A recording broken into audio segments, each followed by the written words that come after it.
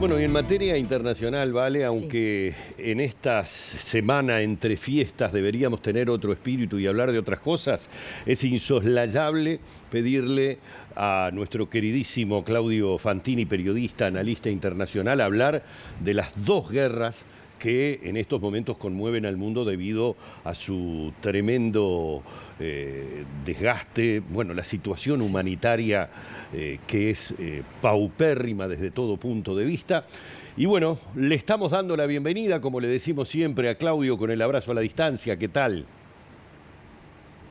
¿Qué tal, Humberto? ¿Qué tal, Valeria? Un gusto saludarlos. ¿Cómo andás, Claudio? ¿Qué se puede decir de esta invasión de Bien. Rusia a Ucrania que en febrero se cumplen 2 años? ¿Cuál es el estado de situación hoy en día? Bueno, a este segundo año lo está concluyendo con una balanza militar favorable Rusia.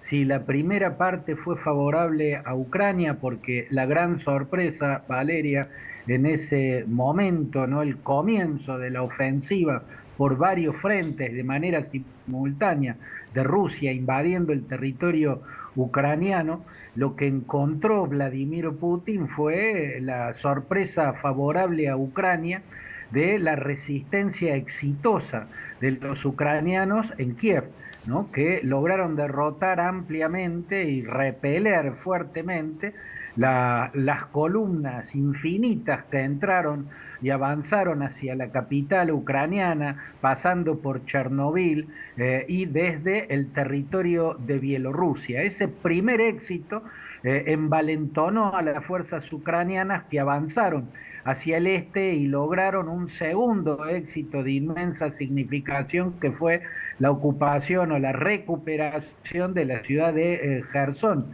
que es la segunda más importante de Ucrania y que en algún momento de la historia fue la capital ucraniana. Pero en lo que va de este año, es Rusia la que resulta favorecida porque es claramente un fracaso la tan anunciada contraofensiva del ejército ucraniano sobre los territorios conquistados por Rusia en el este y en el sur de Ucrania. Calculaban que iban a poder llegar hasta la península de Crimea, pero los ucranianos no pudieron hacerlo.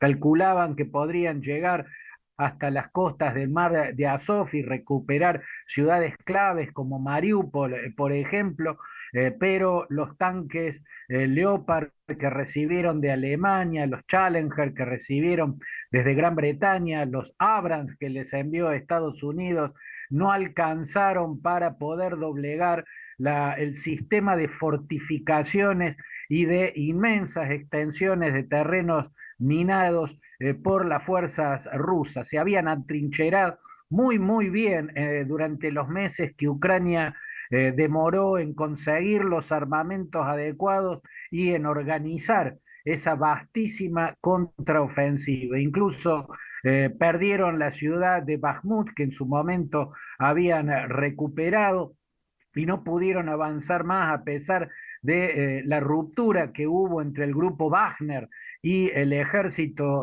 de Rusia, que terminó en una rebelión de Prigozhin, el líder del grupo Wagner, hizo avanzar su fuerza, su ejército privado hacia Moscú y terminó asesinado al modo de Putin, en este caso con la caída del avión particular en el que se desplazaba. Tampoco eso pudieron aprovechar los ucranianos y llegan con un problema añadido, la fatiga de las potencias occidentales para seguir abasteciendo de armas y municiones al ejército ucraniano, mientras que Rusia logró un cargamento importantísimo de municiones que le envió el régimen norcoreano.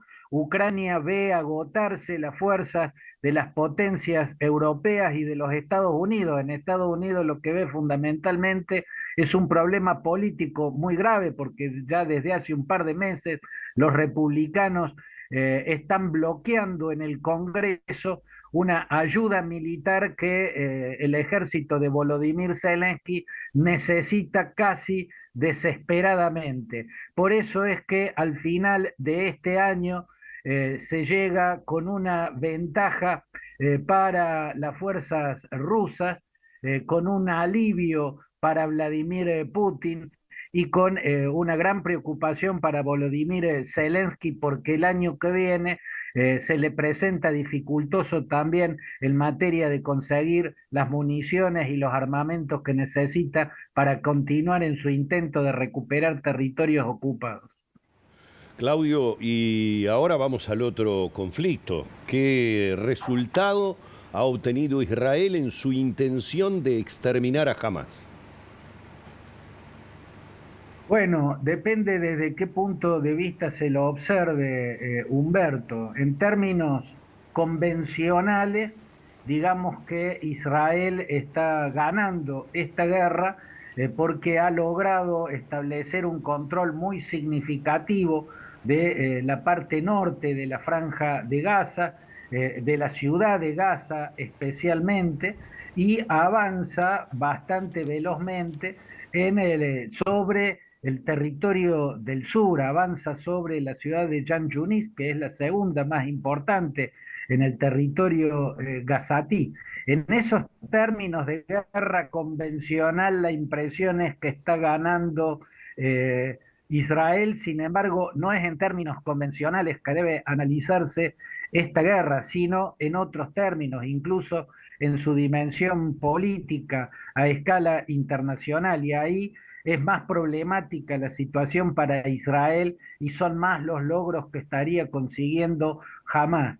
Para Israel sería muy importante haber capturado o haber eliminado a esta altura a Yahya Sinwar, que es el máximo líder de Hamás en la franja de Gaza. No ha podido dar con él, no lo ha podido eliminar, no lo ha podido capturar.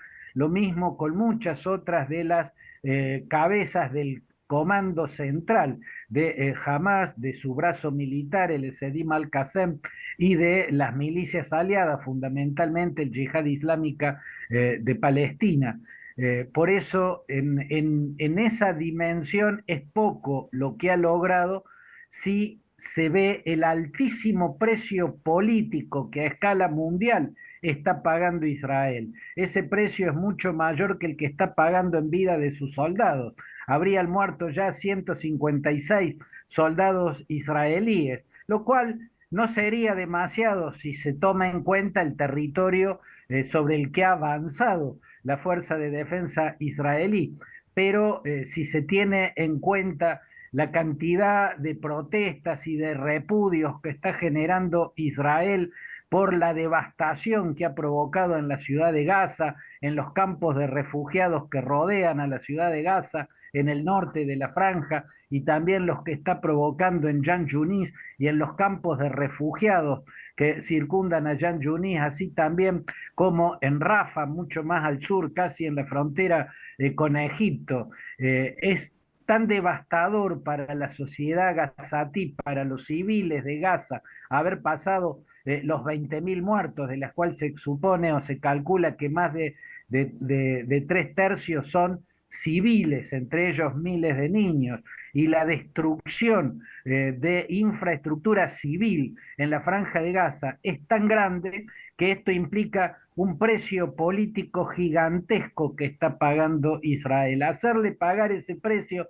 es parte de la estrategia de Hamas, una estrategia diseñada por la República Islámica de Irán, donde el objetivo estratégico es acrecentar el estigma sobre el Estado de Israel, el estigma de un Estado asesino, ¿no? Es un objetivo planteado a largo plazo, el que se ha propuesto Irán a través de sus distintos brazos en los países árabes, que son las milicias chiitas en Irak, las milicias proiraníes en Siria, el Hezbollah en el Líbano, Yihad Islámica Palestina y Hamas en la franja de Gaza y los hutíes en Yemen, ¿no? A ese propósito está más cerca o o ha logrado avanzar hacia hacia su propósito mucho más la República Islámica de Irán y sus brazos en los países árabes que lo que ha avanzado Israel en comparación con ese altísimo precio que se paga en aislamiento internacional y en presiones internacionales que van yendo cada vez más en ascenso. Gracias, Claudio, por este resumen y este balance, por decirlo de alguna manera. Vamos a seguir hablando del tema. Lamentablemente esperemos que no, pero va a ser así. Una guerra no se termina de un día para otro y también recordemos que Hamás sigue teniendo secuestrados a más de 100 israelíes de todas nacionalidades. También hay gente con doble ciudadanía. Gracias, Claudio. Sí. Así es, la organización terrorista ya tiene calculado poder llegar todavía en pie a la primera parte. Esta guerra se va a extender tal vez por un par de meses por lo menos en el año que está por comenzar. Un abrazo Valeria, un abrazo Humberto y hasta cualquier momento. Un abrazo.